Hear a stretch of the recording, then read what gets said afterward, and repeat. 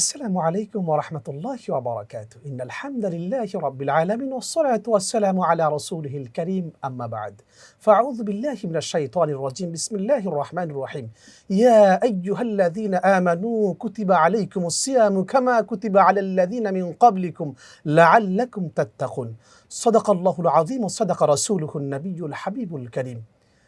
সম্মানিত দর্শক শ্রোতা, সবাইকে আমন্ত্রণ জানাচ্ছি পবিত্র মাহে রমজান উপলক্ষে বিজয় টিভির বিশেষ আয়োজন দারুস সুন্নাহ ইন্টারন্যাশনাল মাদ্রাসা নিবেদিত আলোকিত রমজান অনুষ্ঠানে। দর্শক, পুরো অনুষ্ঠান জুড়ে থাকবো আমি মুফতি মোহাম্মদ সিদ্দিকুর রহমান সরকার। রহমতের মাস, নাজাতের মাস। এই মাসের অন্যতম একটি ফরজ ইবাদত হলো, ইসলামের অন্যতম গুরুত্বপূর্ণ একটি স্তম্ভ হলো রোজা। আজকে আমরা রোজার ইতিহাস ও মাহাত্ম্য নিয়ে কথা শুনবো ইনশাআল্লাহ। এই বিষয়ে যারা আলোচনা করবেন, চলুন তাদের সাথে আপনাদের পরিচয় করিয়ে দিই। আমার ডান পাশে আছেন আপনাদের সকলের পরিচিত মুখ, জগন্নাথ বিশ্ববিদ্যালয়ের সহযোগী অধ্যাপক ইসলামী শরীফ বিভাগের সম্মানিত sir doctor Mohammad Rajal Hussain sir. আসসালামু আলাইকুম ওয়া রাহমাতুল্লাহি ওয়া বারাকাতুহু। আমাদের সাথে আরও আছেন আপনাদের সকলের পরিচিত মুখ, বিশিষ্ট মিডিয়া ব্যক্তিত্ব, আমাদের সকলের অত্যন্ত আপনজন অ্যাডভোকেট হযরত মাওলানা মোহাম্মদ আবুল হোসেন। আসসালামু আলাইকুম ওয়া রাহমাতুল্লাহি ওয়া বারাকাতুহু। ওয়ালাইকুম সালাম ওয়া রাহমাতুল্লাহি ওয়া বারাকাতুহু। আপনারা দুজন কেমন আছেন? আলহামদুলিল্লাহ। দুজনকে আমাদের শুরুতে স্বাগত। শুকরান, জাযাকাল্লাহ। আলহামদুলিল্লাহ। সুপ্রিয় দর্শক, আমরা প্রাজ্ঞ বিজ্ঞ দুইজন ব্যক্তিত্বের সাথে পরিচিত হলাম, যারা আজকে আমাদেরকে কোরআন সুন্নাহ থেকে রোজার ইতিহাস ও মাহাত্ম্য নিয়ে আলোচনা শোনাবেন। চলুন আমরা শুরুতে যে আমাদের সমাজের স্যারের কাছে, ফজলতুল শাইখ। জি। মাহে রমজান মাসের অন্যতম ফরজ ইবাদত হচ্ছে এই রোজা। রোজার যে মূল যে জাযা, সেটা স্বয়ং আল্লাহ সুবহানাহু ওয়া তাআলা। এই যে রোজা আমরা পেলাম, তার ইতিহাস আপনার কাছ থেকে আমরা শুনতে চাচ্ছি। শুকরান, জাযাকাল্লাহ খাইর। আলহামদুলিল্লাহ ওয়াসসালাতু ওয়াসসালামু আলা রাসূলি ওয়া বা'দ। আপনি যে কোরআনের যে আয়াতটি তেলাওয়াত করলেন, যে আয়াত দিয়ে মূলত রমাদানের এই রোজা ফরজ সাব্যস্ত হয়েছে। কুতিবা আলাইকুমুস সিয়াম কামা কুতিবা আলাল্লাযিনা মিন ক্বাবলিকুম। ইন্টারেস্টিং ব্যাপার হলো মোহতারাম, এই মিন ক্বাবলিকুমের মধ্যেই আল্লাহ তাআলা রোজার যে ইতিহাসের একটা দিক নির্দেশনা, একটা ইঙ্গিত কিন্তু আল্লাহ তাআলা দিয়ে রেখেছেন। এখানে আমাদেরকে একটা জিনিস বুঝতে হবে, পবিত্র কোরআনের এই যে ৬,৫০০-এর মতো আয়াত, এই সবগুলো আয়াতের মধ্যে সব কিছু থাকবে না। এখানে অনেক প্রজ্ঞা থাকবে, অনেক ইশারা থাকবে। প্রজ্ঞাবানরা, জ্ঞানীরা, গবেষকরা সেখান থেকে বের করে নিয়ে তারা এগিয়ে যাবে।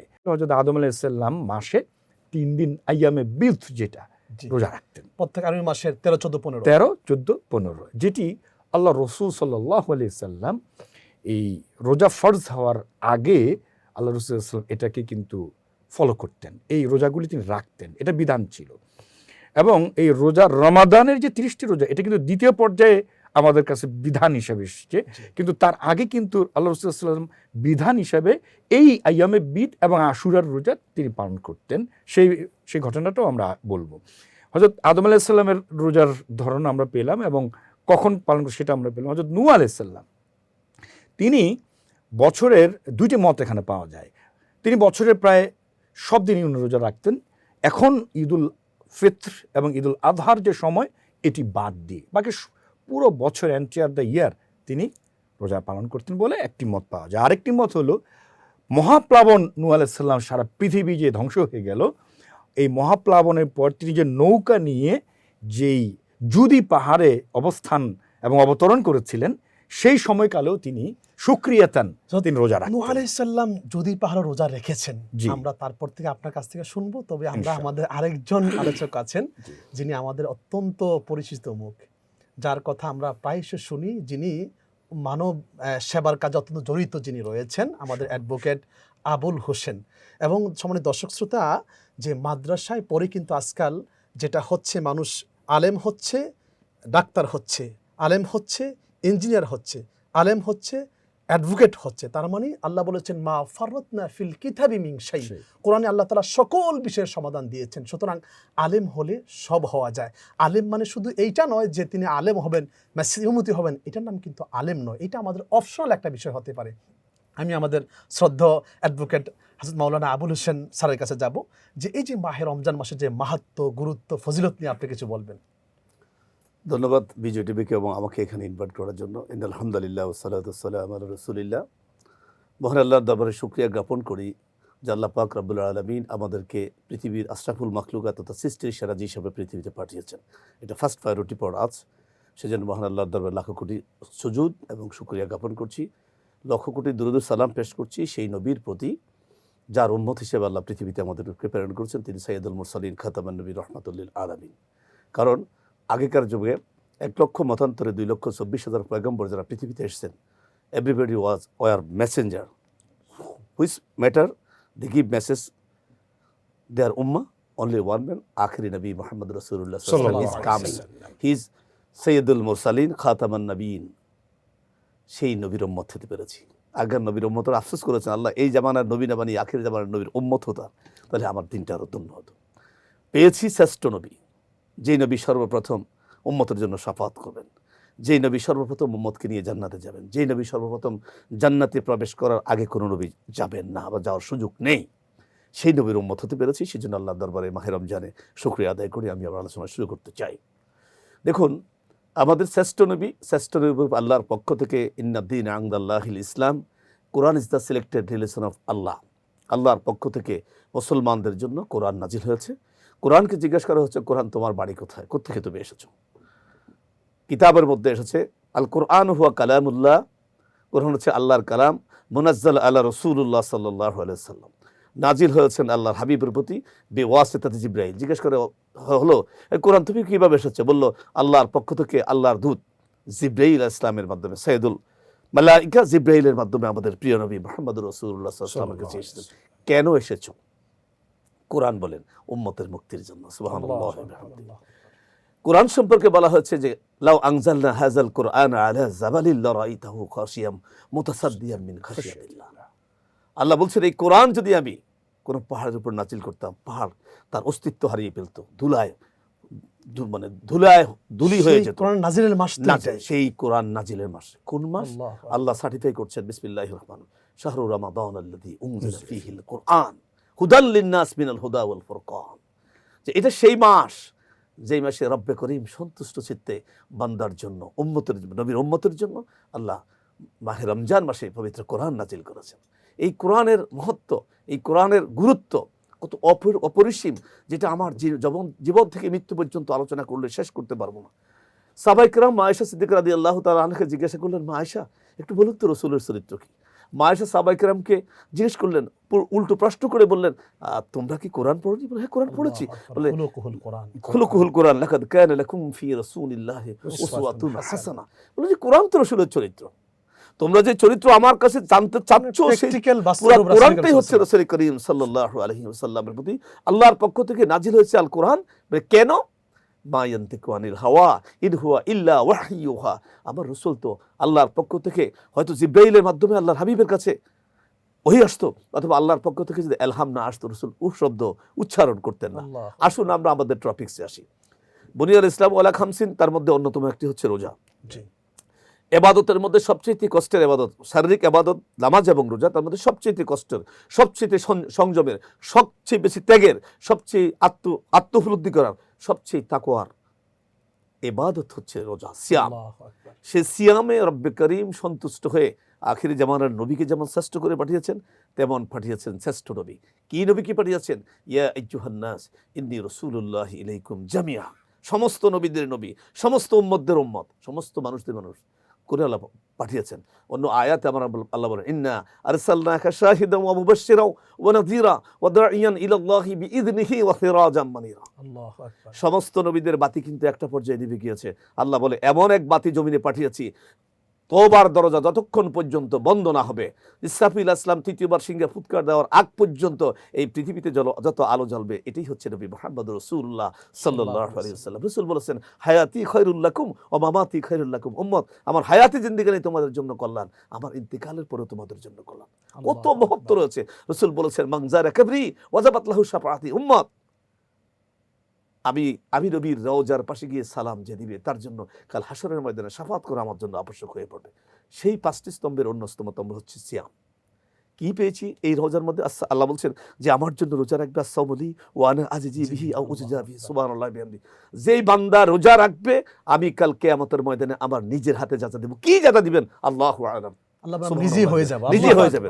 আল্লাহ বলছেন যে ব্যক্তি রোজা রাখে লিসাইমি ফারহাতান, রোজাদারের জন্য দুটো খুশি, আনন্দ। এন্দাল ইফতার, সারাদিন না খেয়ে, খাবার আছে, পানি আছে, তেষ্টায় গলা শুকিয়ে যাচ্ছে, দাঁড়াতে পারছে না, ইচ্ছা করলে তো গোপনে গিয়ে খাবার খেতে পারতো, পান করতে পারতো।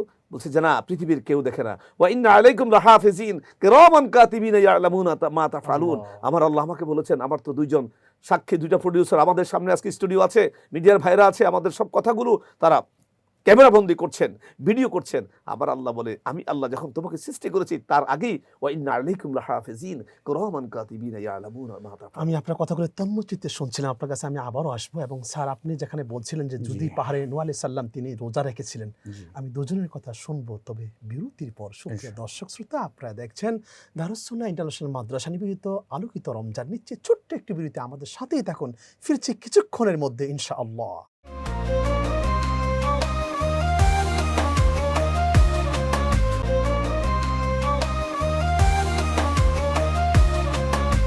আলহামদুলিল্লাহ, সুপ্রিয় দর্শক শ্রোতা, বিরতির পরে ফিরে আসলাম দারুস সুন্নাহ ইন্টারন্যাশনাল মাদ্রাসা নিবেদিত আলোকিত রমজান। দর্শক, আমরা আলোচনা করছিলাম যে রোজার ইতিহাস এবং মাহাত্ম্য নিয়ে। আমরা আমাদের মূল আলোচনায় ফিরছি। ফাদরাতুল শাইখ, আপনি বলছিলেন যে নূহ আলাইহিস সালাম সে জুদি পাহাড়েও তিনি রোজা রেখেছিলেন। ওই সময়েও আসলে রোজার বিধানটা ছিল, এটা আমরা দেখতে পাচ্ছি ইতিহাসের সিরাতের বিভিন্ন পরতে পরতে। এরপরে দেখুন, এভাবে করে আমরা একেবারে লম্বা আকারে কিন্তু আমরা বলতে পারি এই হিস্ট্রিক্যাল জার্নিটা। এরপর আমরা উল্লেখযোগ্যভাবে আমরা বলি হযরত মূসা আলাইহিস সালাম, মূসা আলাইহিস সালাম তিনি যে তাওরাত পেলেন, এবং সেই সময়ে প্রায় 30 দিন, আরব 10 দিন, সব মিলিয়ে এই 40 দিন মূসা আলাইহিস সালাম শুকরিয়াতান তিনি রোজা পালন করলেন এবং করতেন। এরপর মূসা আলাইহিস সালাম এবং তার যে সম্প্রদায় ফেরাউন থেকে তারা মুক্তি যখন পেল, অর্থাৎ বনী ইসরাইল এবং মূসা আলাইহিস সালাম নিজে যখন ফেরাউন থেকে নিষ্কৃতি পেল, এটা ঐতিহাসিকগণ বলছেন, কেউ কেউ এটা হচ্ছে 10ই মুহররম, আশুরার ওই সময়কাল, আবার কেউ কেউ অন্য সময়ে বলেছেন। আমরা ধরে নিচ্ছি আশুরার সময়কাল, এবং বর্ণনা পাওয়া যায়, এবং 10ই মুহররম। এবং এটা সবচেয়ে বড় যৌক্তিক জায়গা হলো, এবং রেফারেন্সও যেটা প্রুফ করে, সেটা হচ্ছে যে আল্লাহ রাসূল সাল্লাল্লাহু আলাইহি সাল্লাম নিজেও কিন্তু আশুরার যখন মদিনায় গেলে রোজা রাখতেন।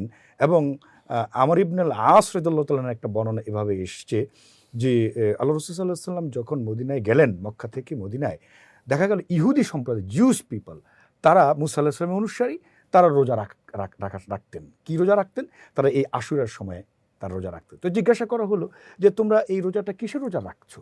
তখন তারা বললো যে আমাদের নবী মূসা আলাইহিস সালাম তিনি এবং তার সম্প্রদায়, মানে আমাদের এই বনী ইসরাইল জাতি, আমরা ফেরাউনের কবল থেকে নিষ্কৃতি পেয়েছিলাম, সুক্রিয়াতান হিসেবে এই সময় আমরা রোজা রাখি।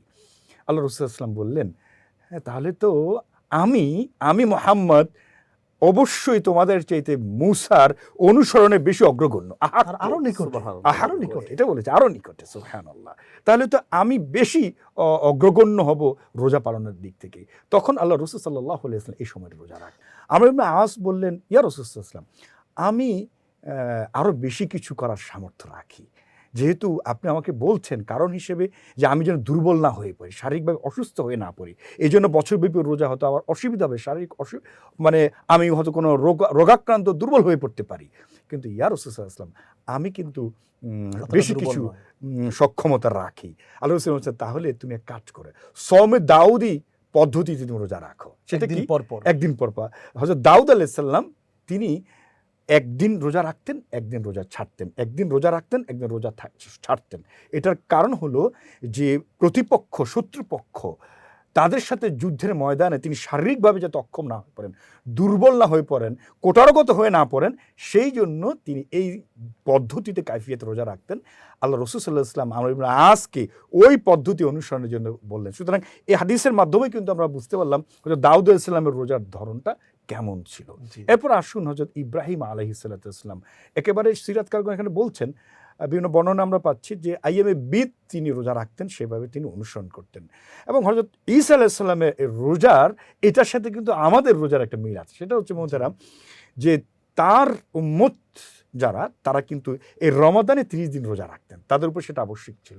কিন্তু এখানে যে ঘটনাটি সেটা হলো যে তাদের উপরে যখন এই রমাদানের রোজা ফরজ হলো, তারা অতিরিক্ত আর 10টি রোজা কাফফারা হিসাবে পালন করা শুরু করলেন। কিভাবে, কি কারণে?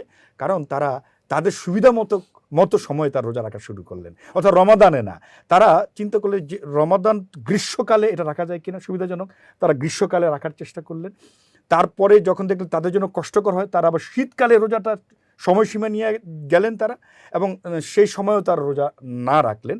তারা তখন ওলামা ফোকাহারা মিলে একটা সিদ্ধান্ত নিলেন যে যেহেতু আমরা না শীতে করছি না গ্রীষ্মে করছি, তাহলে আমাদের মতো একটা সুইটেবল যে আবহাওয়া হবে তখন আমরা রোজা পালন করব। সেই হিসেবে যেহেতু আমরা রমাদানে রোজা রাখছি না, আমরা আমাদের মতো করে সময় সুবিধাজনক সময় রোজা রাখছি, কাফফারা হিসাবে অতিরিক্ত 10টা রোজা রাখবো। এর মানে রোজা হয়ে গেল তাদের জন্য 40টা। এরপর তৎকালীন যিনি বাদশাহ, তিনি একটি দুরারোগ্য ব্যাধিতে আক্রান্ত হলেন, মুখের একটি কঠিন একটা পীড়াতে আক্রান্ত হলেন।